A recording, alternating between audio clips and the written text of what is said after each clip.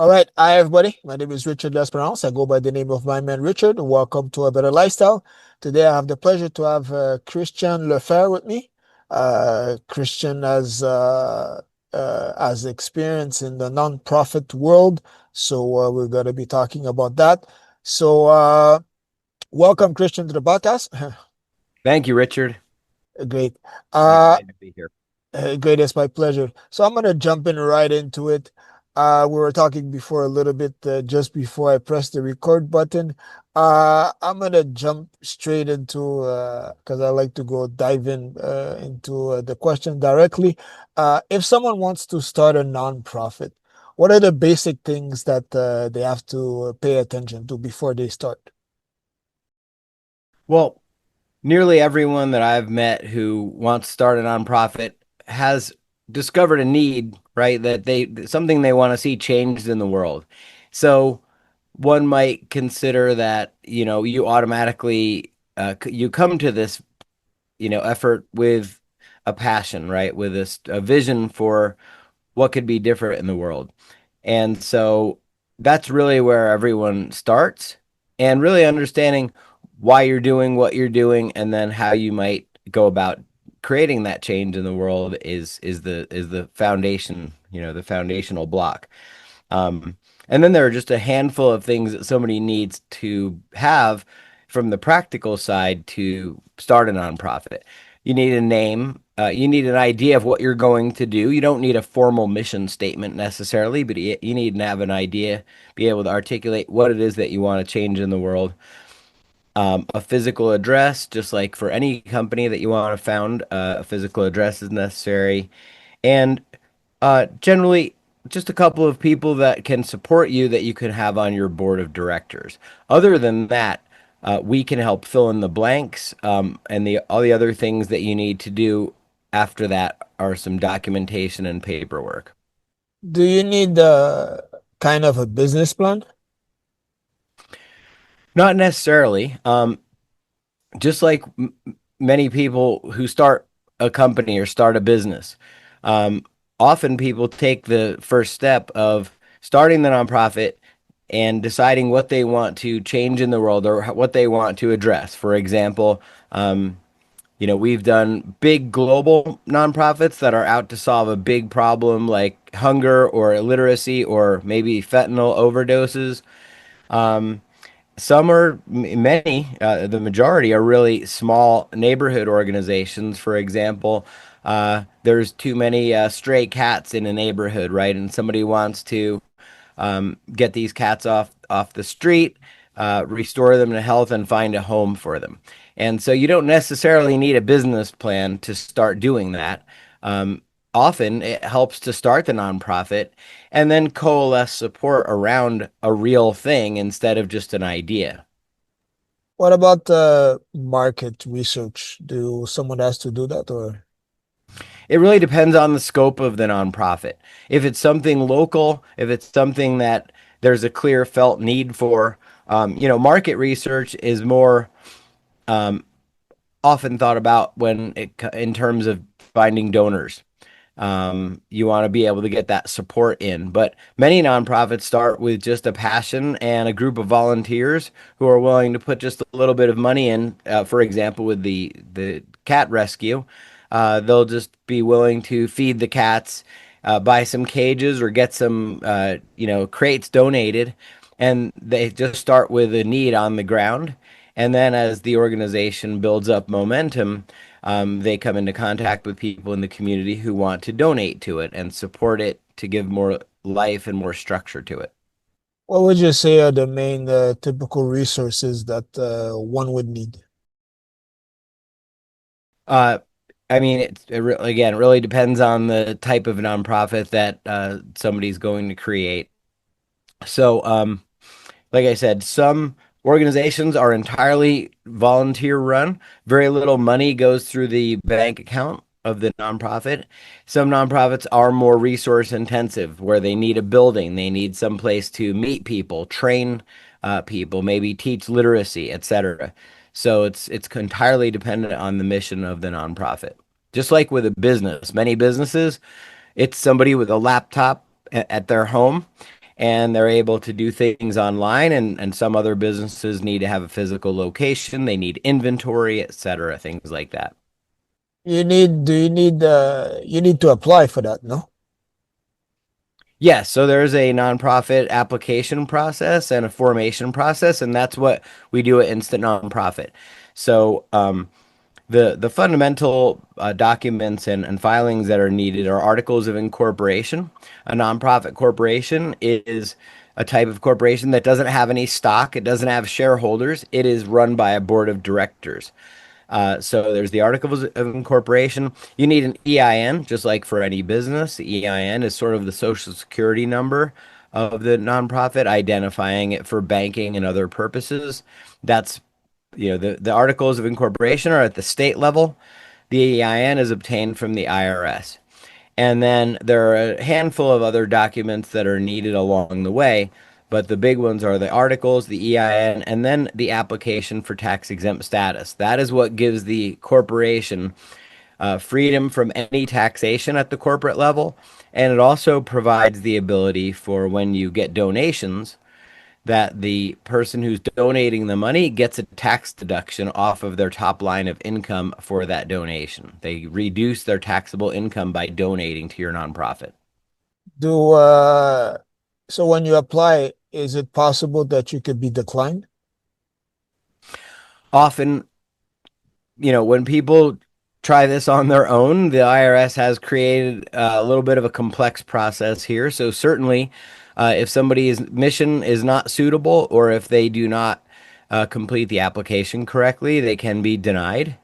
And that's why we exist, right? As a company, we get nonprofits started and get all this paperwork out of the way for the founder, because what the founder of a nonprofit and the board and the volunteers, the key stakeholders, especially early on in the nonprofit, what they provide is the energy and the focus on getting the mission accomplished, getting community support, maybe raising that initial funding from community players, friends, family, etc. So if they stay focused on those areas and get some help in filing for the nonprofit, it's a lot more successful. There's a lot less chance for delays and pitfalls, because uh, if you get into a back and forth with the IRS, it can take months, and I've even seen years for this to go through. But that's why we exist as a company. We help people cut through all of the red tape and get a very fast approval with almost no headaches, no conversation at all with the IRS agent on the other side. What would you say is the rate of uh, decline? It's hard to say. That isn't published at the IRS, but there are about 100,000 501(c)(3)s filed per year. There are other types of nonprofit as well, but 501(c)(3) is typical charity. That's the vast majority of applications. And there are about almost 2 million nonprofits in existence right now. And there are a number of things that they need to comply with, not only to get started and get through that approval process, but also to maintain their nonprofit status year over year. And sometimes, if they miss any of the filings that are necessary to keep the organization in good standing, they can get revoked at either the state or federal level. And we also help people avoid that. So talk to us about your experience in the nonprofit world. Yeah, I mean, to kind of wind back to the beginning, when I was about 8 years old, my mom had taken my little sister to the doctor, and she wasn't her verbal skills weren't coming about. She appeared to be completely normal, and she was very emotionally connected with everyone and seemed to know what was going on, but really was not developing her verbal skills.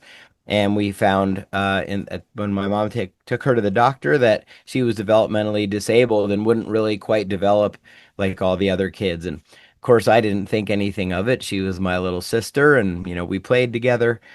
But as I grew up, I attended Special Olympics with her and my family, and I came to know all of these amazing people who are out to help people, like my sister. Amazing groups of volunteers, big events, big sports events that cost a lot of money, apparently, right? So I just thought that that's kind of how the world worked, was to where people helped each other if they were in need. And my sister would always get second place. She was great at track and she ran very fast. But she was a wonderful human and still is.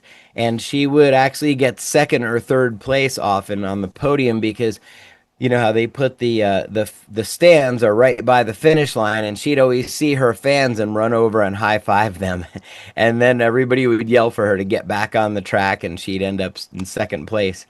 But what I learned through that was that there is this wonderful spirit in people to help others in need. But when I went to start a nonprofit around 2010, and I called the IRS and I said, well, this is a pretty complicated application, but I think I've got this right. I'm sending it in. You know, how can I make sure this gets approved right away? I need this in a month or two at the most. And I could almost hear the laughter in the background, the chuckle, as they told me that these applications average about 10 to 11 months to get approved. And I just thought that was so outrageous.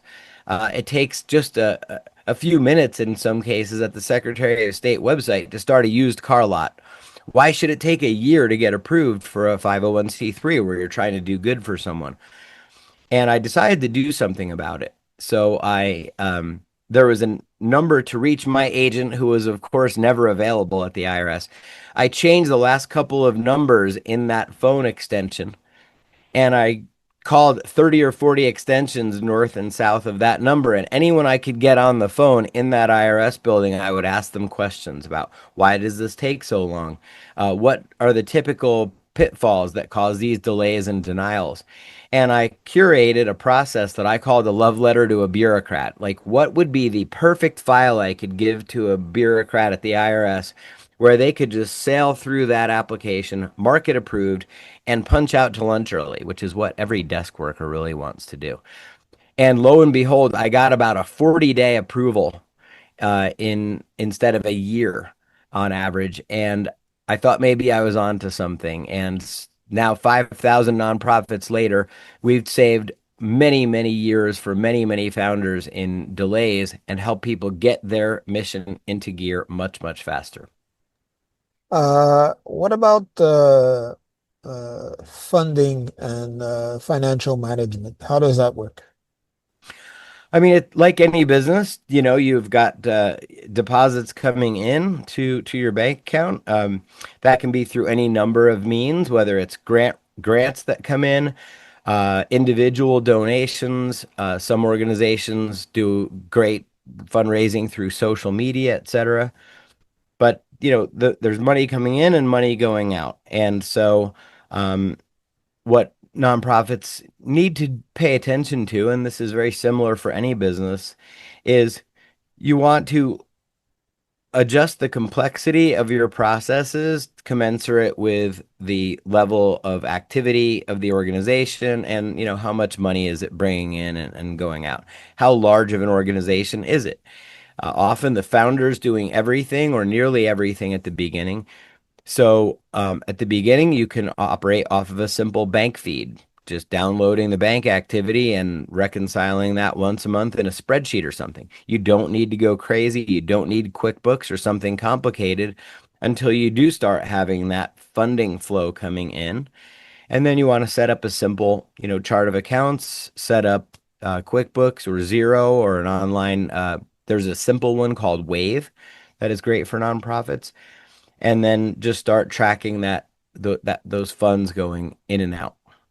So in regards to the operations, let's say you have a nonprofit. I'm just going to give an example. Let's say you have five employees, and you have to pay them. So how does that work with the expenses and all that? So the who is in charge, like of keeping the money coming in, so they could pay for the rent, electricity, phone, internet, and all that. Yeah, again, a nonprofit's just another business model. So the value that you're creating is maybe not widgets or automobiles or whatever a business would sell.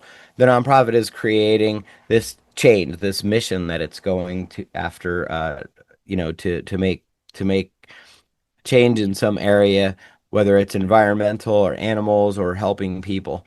And so, you know, the managing the finances, bringing in the money, all of that stuff. Typically, the founder, just like the CEO of a company, in my case, with Instant Nonprofit, it's my job to go out and forge partnerships, find wealth managers, for example, who want to help their clients uh, install a 501(c)(3) into someone's wealth and legacy planning.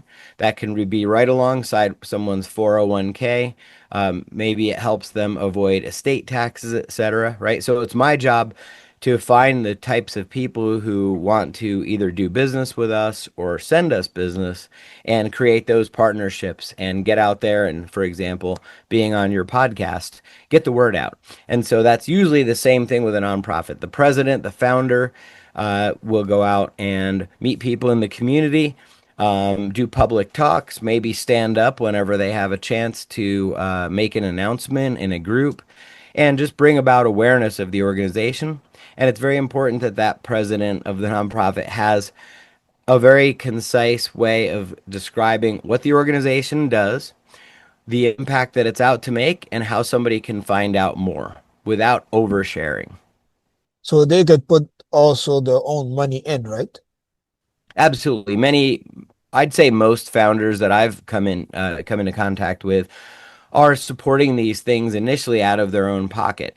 And often when customers come to us and they say, okay, they book a call, or they get our free boot camp on what it takes to start a nonprofit, what are the steps, they've often reached the end of their ability to fund the nonprofit out of their own pocket. Often people don't even know that they need a nonprofit. They just start doing good in the world. Maybe they have a reading program. They're an ex-teacher, and they have kids coming to their house to just hang around and be in a safe place, maybe in the inner city. And they have books and they have some programs and they do fun things with the kids, and they find that they're just running out of the ability to fund all of that stuff. And so they need to put some legal structure around this, open a bank account, and often they have people waiting to donate money. And they finally say, okay, I've got to do this so that I can accept this money legally and not be taxed for it. So it could, if there's no money coming in after a period of time, I guess the nonprofit could close eventually, right? Certainly, they say a certain percentage of businesses that get started every year, don't make it through the first year or first few years. And that's true of nonprofits as well. But what's really important is for people to understand what the progression is through from idea to IRS approved 501(c)(3, and then going on to to become successful.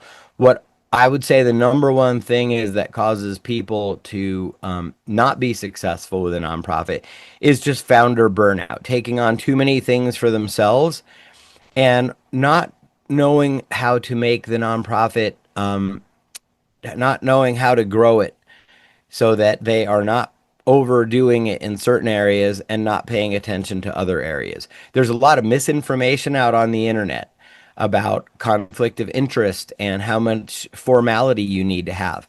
People will draft a 20-page mission statement and they think they need to articulate every single thing that that organization will ever do. And often that kind of perfection, that kind of overbuilding early on can lead to burnout.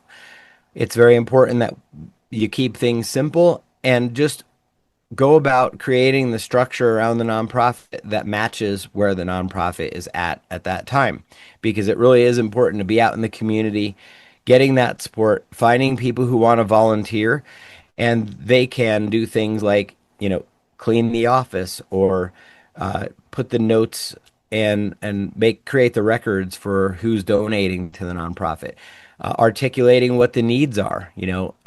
There's a certain set of things that a nonprofit needs to get started, and maybe they need a computer, they need some things to be donated, And so articulating what those things are and getting those needs out into the community, you'll find that people are very, very willing to provide those things if you get out there and let people know what they are.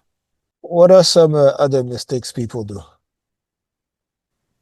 I'd say one of the biggest mistakes is people come to us often and they say, okay, I want to do this. I want to start a nonprofit. And they go out and they form an LLC. They do internet research, and there is so much there's so much misinformation on the internet that they don't know. And there's many, many companies actually who sell people an LLC formation service, for example, when you really can't or you really shouldn't use an LLC as the entity type for a nonprofit. You should form a nonprofit corporation in order to form a nonprofit because later, when you go to apply for the tax status, tax exempt status with the IRS, if you've created the wrong type of entity or if you have not attached the purpose and dissolution clause that the IRS later requires, on that entity, on that nonprofit corporation, you're going to get delayed or denied. So it's really important to do things in the right order and to make sure that you're using the right type of entity and the right type of documentation that you need at the beginning. Otherwise, that can really slow you down and cause a lot of delays. What would you say are the pros and cons of starting a nonprofit? Let's start with the pros. Yeah, the primary pros of a nonprofit entity and a tax exempt nonprofit specifically, which many people call a 501c3, right? That's just referring to the IRS code 501c3. Um, the, sorry, what was can you restate that question? I said, what was the pros and cons? Oh, the pros and cons, absolutely. So, well, as you might tell from the term tax exempt status, a nonprofit 501c3 or any kind of 501 tax exempt organization does not pay tax at the corporate level. That means if you bring in most businesses, this is a big distinction. In most businesses, if you bring in $1 million, right, or $100,000 this year, and you only spend $50,000 on expenses, that $50,000 is considered profit in most cases for any business, any other type of entity. With a nonprofit, you can have $50,000 piled up at the end of the year that you did not spend, and you will not pay tax on that. So that's a 28% corporate tax typically on a for profit type of organization that is not imposed on a nonprofit. So there's no corporate tax at all. Payroll and other things are taxed very similarly because it doesn't change the income for your staff, doesn't change income taxes, etc. That's still subject to all the normal taxes. But the corporation itself is not taxed. The other biggest positive thing about a nonprofit is that when people want to give money to you, it's taken off of their top line of income. That's called tax deductibility. And so if you make $90,000 per year at your top line, and but the tax bracket ends at $85,000 for the year, right? Where you get jumped up into a higher tax bracket and you get taxed maybe at 32% instead of 27% if you're above $85,000. Well, then you could donate 6,000 of that and that will bring your top line of taxation down to 84,000. And so suddenly you not only don't get taxed on that $6,000 difference, but because you now went down below the tax bracket, you get your entire pay rate, your entire taxation rate goes down from 32 in this case to $27,000. So you pay 5% less on all of that $84,000 that you're now being taxed on. Does that make sense? So it jumps you down an entire tax bracket. And what are the cons? Um, One wants to consider, often we start nonprofits, for example, for successful entrepreneurs, authors, people who have programs or maybe write books or speak, etc. And one of the cons is If you are building a business, building this business for the purpose of creating value in the business itself that you can sell the business, you cannot do that with a nonprofit. So, what we often recommend to anyone who has an intellectual property, software, a book, etc., is to retain the ownership of that intellectual property in your own personal self or in an LLC or in a regular corporation. Even if you're allowing the nonprofit to use the book, build community, educate people through that process, through that book, through that program, you want to retain the intellectual property in a personally held asset. Because when you go to, say, you get on Oprah and you make it big and you get a lot of exposure, and all of a sudden someone wants to purchase the intellectual property or purchase the business, you still have ownership of that. So that's one of the disadvantages of a nonprofit is you can't create wealth and store wealth or store um, assets like intellectual property, goodwill, revenues, customer list, all of that stuff. You can't store that in the nonprofit and then sell the nonprofit. So, what you can do is build a nonprofit, like universities are a great example. Universities do a lot of research through nonprofits. And then when the product that comes out of the research is spun out, that is spun out through a regular for profit corporation. But all the research, all the education, all the symposiums, the white papers, all of that stuff can be done through a nonprofit. So if you're doing anything where you're building community, providing education, exposing and helping people in in the communities to get along better or to innovate, all of that stuff can be done through a nonprofit. So that's a pro of the nonprofit.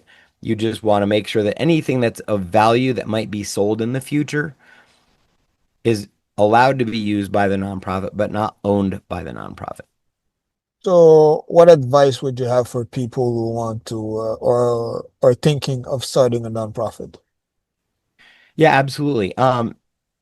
Anyone who wants to learn a little bit more about what it takes to start a nonprofit, what the advantages are, how to access the 400 plus billion dollars in individual donations that go into the nonprofit sector. That's not including government.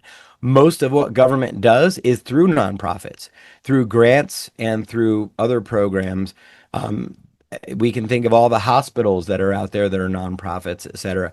Even those massive government grants almost all go through nonprofits. So to learn more about that, someone can go to instantnonprofit.com/podcast and get our free boot camp. We walk you through everything you need to know in order to start a nonprofit or explore what it's all about. You can also book a call with me or one of my staff at instantnonprofit.com. And where are the other places people can reach you?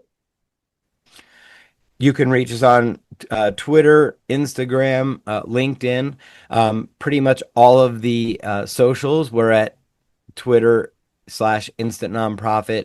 And I would say the biggest place that we are right now is on YouTube, just sharing everything we can about how people can understand where to go with a nonprofit and how to take their idea, their passion, and turn that into real purpose and real impact through a nonprofit. It might be the best way to do it. There might be another way they can do it, but we're happy to walk people through what are your options and how can you best be equipped to make that decision to move forward with a nonprofit.